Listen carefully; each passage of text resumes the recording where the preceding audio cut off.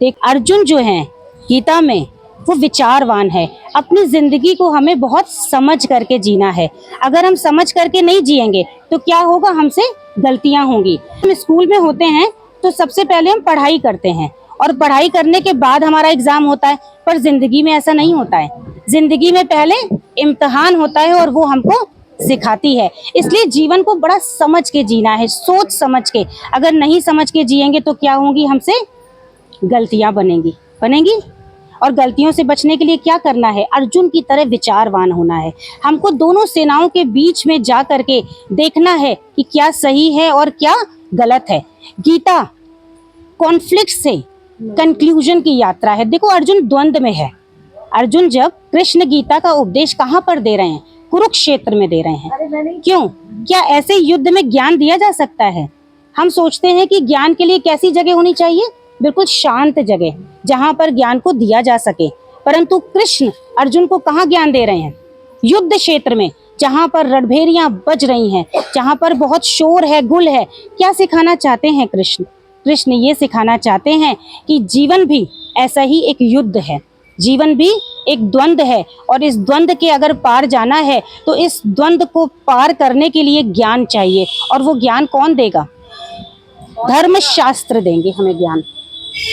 Answer they are answering. कौन देगा ज्ञान? शास्त्र देंगे। और शास्त्रों को पढ़ के हमें अंदर को प्रकाशमान करना हो। हम हमेशा कोशिश करते हैं कि हम दूसरों को देख करके वैसे ही हो जाएं, है ना, कॉपी करने की कोशिश करते हैं। हमें लगता है ये बहुत सुंदर है, काश हम भी ऐसे होते।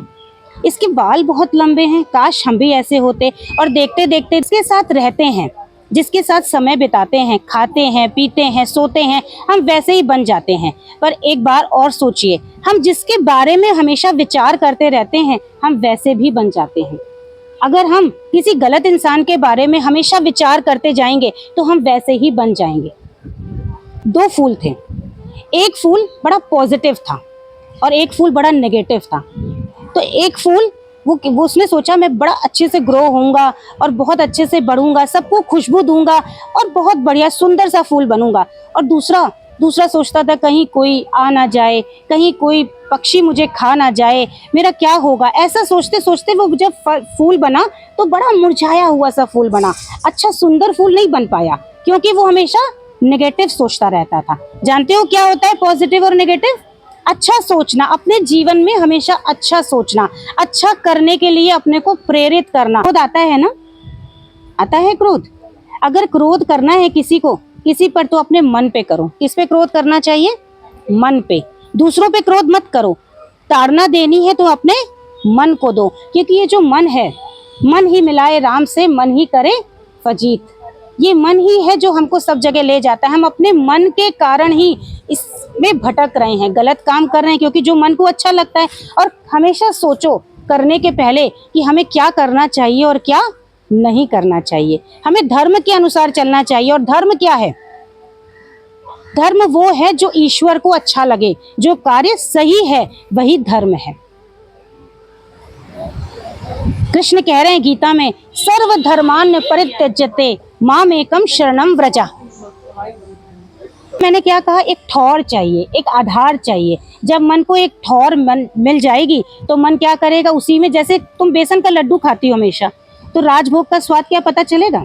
नहीं।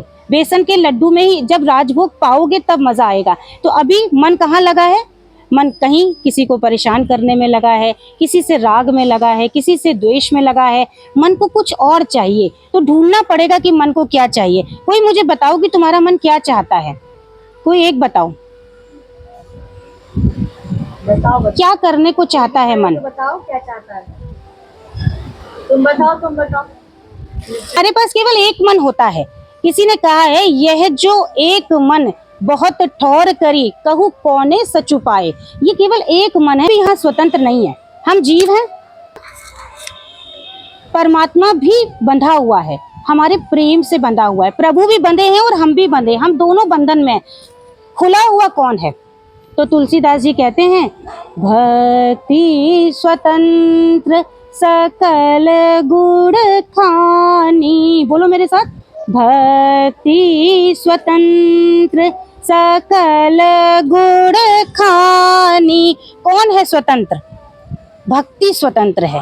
भक्ति का मतलब बहुत डरो नहीं, बहुत भक्ति का मतलब है अपने चिंतन को सुधारना है। देखो हम चिंता में बने रहते हैं, हमारे जीवन की यात्रा चिंता से चिंतन की ओर होनी चाहिए। चिंता को इंग्लिश में क्या कहते हैं बताओ? हाँ किसी ने बोला टेंशन। अब देखो ये टेंशन, मैं तो इसको ब्रेक करती हूँ तो मैं कहती हूँ 10 प्लस सन। देखो जब मार्च अप्रैल मई में इतनी स्कॉर्चिंग हीट होती है सन की, तो हम क्या उसको बर्दाश्त कर पाते हैं? नहीं कर पाते हैं। तो ये बताओ, एक सूर्य की ऊर्जा और ताप को हम सह नहीं पाते, तो 10 सन की ऊर्जा कैसे सहेंगे? क्या सह पाएंगे? नहीं सह पाएंगे। और टेंशन से कुछ होता भी नहीं है। टेंशन लेने से क्या कुछ होगा? नहीं। हमारे जीवन की यात्रा चिंता से चिंतन की ओर होनी चाहिए, हमें विचार करना चाहिए, हम अर्जुन की तरह विचारवान बने। देखो जहाँ जीवन में पहुँचना है, जैसे एक कहानी सुनाती हूँ। 2 यात्री थे, गाड़ी से निकले डेस्टिनेशन पे पहुँचने के लिए, रास्ते में बहुत जाम मिला। जब जाम मिला तो एक तो बड़ा परेशान हो गया, स्ट्रेस लेकर के पहुंचा कि इतना जाम में फंस गए, पूरा दिन बेकार हो गया, मैं जो एंजॉय करने आया था वो एंजॉय नहीं कर पाया। और जो दूसरा था, जाम में थोड़ी देर गाड़ी रोकता था, बाहर निकलता था, थोड़ा सेल्फी लेता था, जो आज की डेट में सब करते हैं ना, सेल्फी बिना तो कहीं जा ही नहीं सकते। सेल्फी लिया, चाय पी, नाश्ता किया और आराम से धीरे धीरे पहुंच गया। उसकी यात्रा भी क्या हुई? सफल, क्योंकि उसने सफर को ही सफल बना लिया। तो अब जो डेस्टिनेशन पे पहुंचा वो भी सफल। तो करना क्या है जीवन में? देखो हम हमेशा रहते हैं, सोचते रहते हैं कि हम यहाँ पहुंच जाएंगे तो खुश हो जाएंगे, वहां पहुंच जाएंगे तो खुश हो जाएंगे। जैसे मृग मरीचिका होती है ना, तुम जहां हो वहीं से आगे बढ़ सकते हो। तुम सब में देखो, कोई जीवन में क्या पाएगा इसकी कोई गारंटी नहीं है, पर हम सब में बराबर सामर्थ्य है भगवान को पाने की, ईश्वर को पाने की। क्योंकि हम समझ नहीं पाते हैं कि वही हमारे सबसे निकट है। हमें लगता है ये मेरी फ्रेंड बगल में बैठी है, ये बहुत निकट है, पर बिल्कुल यहाँ पे बोला है आत्मा जो है ना, यहाँ पर हार्ट है हमारा। देखो ये होता है कूल फैक्ट्री, इसको क्या कहते हैं? Cool factory. इसको ठंडा रखना चाहिए, हेड शुड बी कूल, ठीक है। और फिर क्या है ये माउथ, इससे हमें, ये स्वीट फैक्ट्री होती है। क्या होती है? स्वीट। इससे हमेशा मधुर बोलना चाहिए। हमेशा मधुर बोलोगे तो क्या लड़ाई होगी? कभी नहीं होगी। इससे हमेशा क्या करना चाहिए? मधुर बोलना चाहिए। और ये जो हर्ट है ये होता है लव फैक्ट्री। क्या होता है? इससे हमेशा सबके लिए क्या करना चाहिए? प्रेम। सबके लिए अच्छा सोचना चाहिए, सबको प्रेम देना चाहिए, सबसे मीठी बातें करनी चाहिए। अगर हम ऐसा करेंगे तो बात बनेगी? बनेगी कि नहीं? और एक बात बताऊं, गीता का 6वां अध्याय आत्म संयम पर है। आत्म संयम जीवन में बहुत जरूरी है। आत्म संयम को इंग्लिश में क्या कहते हैं बताओ? पढ़े लिखे हो ना, पढ़ा है ना थोड़ा बहुत? हाँ, कोई कहता है आत्म संयम को सेल्फ कंट्रोल कहते हैं। सेल्फ कंट्रोल नहीं कहते हैं, इसको कहते हैं सेल्फ मास्टरी। आत्म संयम अगर होगा तो हम जो भी संकल्प करेंगे, अच्छा संकल्प कि कल से हमको जीवन में सुबह ब्रह्म मुहूर्त में उठना है या हमको कुछ भी अच्छा करना है, वो हम पूरे कर पाएंगे। अच्छा एक बात बताओ, कोई संकल्प करते हो तो क्या उसको पूरा कर पाते हो? कल से हम अच्छी पुस्तकें पढ़ेंगे, कल से हम 3 पुस्तकें डेली पढ़ेंगे, क्या ऐसा संकल्प पूरा हो जाता है? क्यों नहीं हो पाता है बताओ? क्योंकि हमारे अंदर जीवनी शक्ति की कमी है। कौन सी शक्ति कम है? जीवनी शक्ति। आएगी कहाँ से? शांति से। जब हम शांत रहेंगे, अपने मन को शांत करेंगे, विचारों को शांत करेंगे। ये जो दिमाग है ना, इसमें विचार आते रहते हैं, जाते रहते हैं, आते रहते हैं, जाते रहते हैं। इनका आना जाना क्या करना होगा? बंद। कैसे बंद होगा? इनको देखने से। इनको देखते रहो, देखते रहो क्या विचार आ रहा है, क्या जा रहा है, क्या आ रहा है। शांति में रहो। जब बहुत लंबे समय तक हम शांति का अभ्यास करते हैं, योग का अभ्यास करते हैं, तो हमें आत्म संयम आता है। और अगर जीवन में आत्म संयम नहीं है, अनुशासन नहीं है, तो तरीके के डिसिप्लिन होते हैं। एक बाह्य होता है, एक आंतरिक होता है, एक इंट्रिंसिक होता है और एक एक्सट्रिंसिक होता है। जैसे आप मैम के प्रेजेंस में अगर डिसिप्लिन में रहती हैं तो ये क्या है? बाह्य। आप किसी बाह्य फोर्स के कारण डिसिप्लिन में हैं, ये डिसिप्लिन बहुत मायने नहीं रखता। क्योंकि किसी को देख के एक क्या होना चाहिए? Self motivation. अपने अंदर से मोटिवेशन होना चाहिए। क्योंकि जैसे आपने ये कपड़े पहने हुए हैं, इसको पहन के ही हर जगह जाओगे ना, इसके बिना तो कहीं नहीं जाओगे।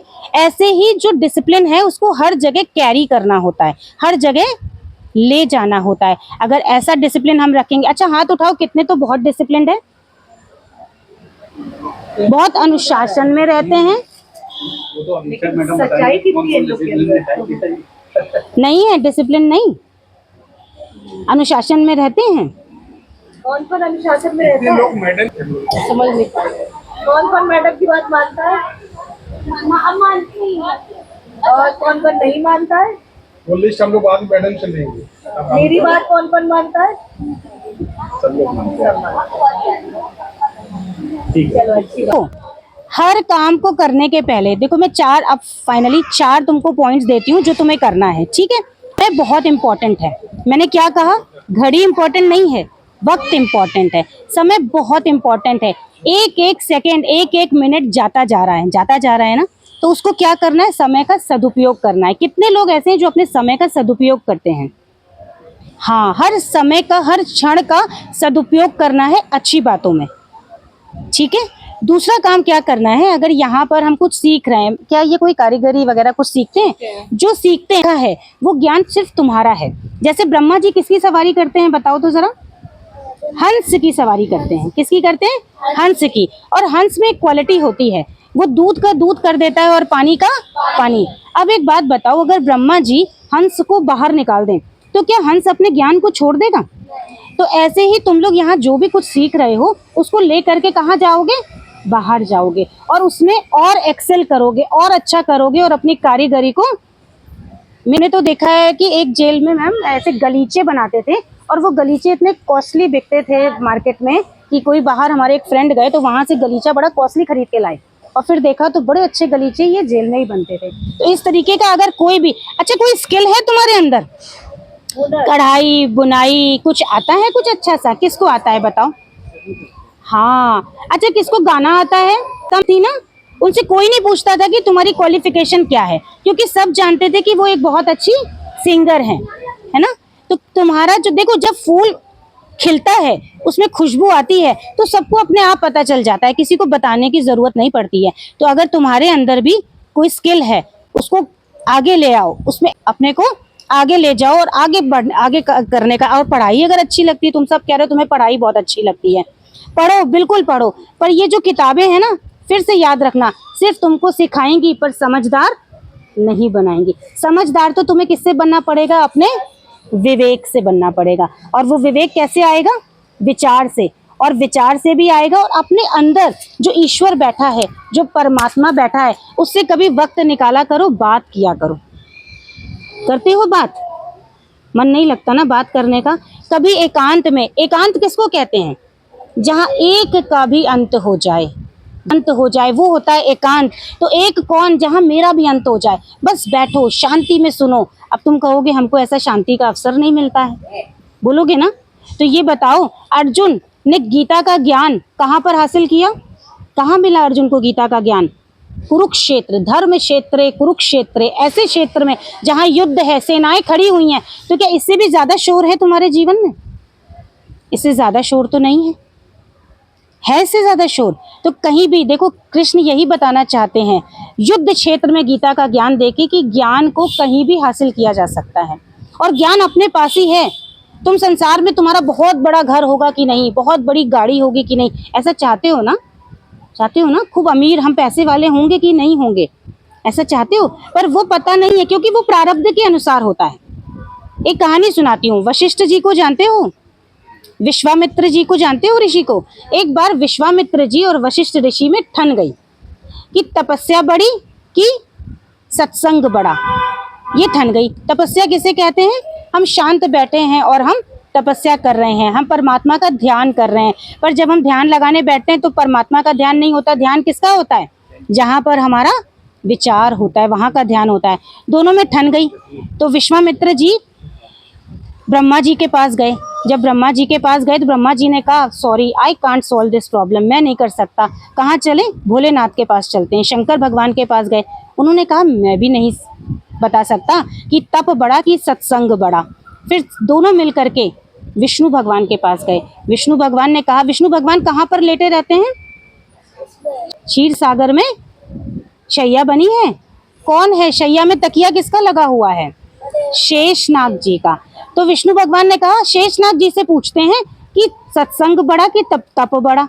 तो शेषनाग जी ने कहा मेरे ऊपर तो बहुत बोझ है, मैं तो पृथ्वी को लिए हुआ हूँ, ऐसा करो थोड़ी देर के लिए इस पृथ्वी को उठा के अपने सिर पे रख लो, फिर मैं बताता हूँ कि तप बड़ा कि सत्संग। वशिष्ठ ऋषि ने कहा ठीक है मैं रख लेता हूँ, पर रख नहीं पाए। कौन रख पाया? विश्वामित्र जी, जो कह रहे थे कि सत्संग बड़ा होता है, उन्होंने रख लिया। इसका मतलब तपस्या बड़ी नहीं होती, क्या बड़ा होता है? सत्संग। और सत्संग कहते किसको हैं? सत्य के संग को। अब वो सत्य तुम्हें चाहे ये पास वाली बच्ची ही बता रही हो तो वो भी सत्संग हुआ, किसी धर्मशास्त्र को पढ़ रहे हो तो वो भी सत्संग हुआ। आधे मिनट का सत्संग ये बराबर होता है 1000 वर्षों की तपस्या के। तपस्या करते करते कुछ समझ में नहीं आएगा, पर किसी के 2 शब्द, देखो शब्द वही होते हैं जो हम अंदर होते हैं। हम शब्द में क्या निकालते हैं? जो हमारे विचार अंदर दबे हुए हैं, वही शब्दों के माध्यम से वापस आते हैं। अगर हम सबके लिए अच्छा सोचेंगे तो हमारे शब्द कैसे होंगे? सुंदर होंगे। क्या बताया मैंने शब्दों को? Sweet factory. कौन सी फैक्ट्री है? इससे हमेशा क्या बोलना है? स्वीट बोलना है, मीठा बोलना है ना? सब मीठा बोलते हैं? हाथ उठाओ जितने लोग मीठा बोलते हैं, हाथ उठाओ। और कोई कितना भी गुस्सा दिलाए, इसको क्या रखना है? ठंडा, कूल रखना है। कोई तुम्हें गुस्सा दिला सकता है? कोई भी तुम्हें सुखी और दुखी नहीं कर सकता है, इतना मान के रखो। क्योंकि जब तक हमने अभी तुम्हें एग्जाम्पल दिया था ना, अगर हम तुम्हें बेवकूफ कह रहे हैं और तुम बेवकूफ नहीं हो तो तुम रिस्पॉन्ड नहीं करोगी, तुम्हारी कोई प्रतिक्रिया नहीं होगी। अगर हो तो तुम प्रतिक्रिया करोगी। जब अर्जुन बनोगे तभी तुम्हें ज्ञान मिलेगा। देखो सब कुछ है, सकल पदार्थ हैं जग माही, भाग्यहीन नर पावत नहीं। एक बार 2 घरों में लड़ाई हो गई, कहने लगा ऊपर से बारिश हो रही थी पर बारिश देखो कितनी कपटी है, मुझे तो भरा नहीं, तुम्हें भर दिया। तो जो भर गया था घड़ा, उसने कहा तुम देखो तो तुम्हारा मुख किधर है? और वो घड़ा कहाँ रखा हुआ था? उल्टा रखा हुआ था। अगर घड़ा जमीन पर उल्टा रखा है, आकाश की तरफ मुख नहीं है, तो क्या वर्षा के जल से भरेगा?